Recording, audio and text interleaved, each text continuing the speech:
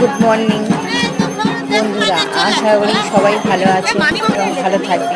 আজ বছরের শুরুতে সবাই যেন তার প্রিয়জনদের সাথে বাড়িতে সময় কাটায়। আর বৈশাখী শুভেচ্ছা রইল সকল বন্ধুদের, ভালোবাসা মানুষদের। শুভ বৈশাখী।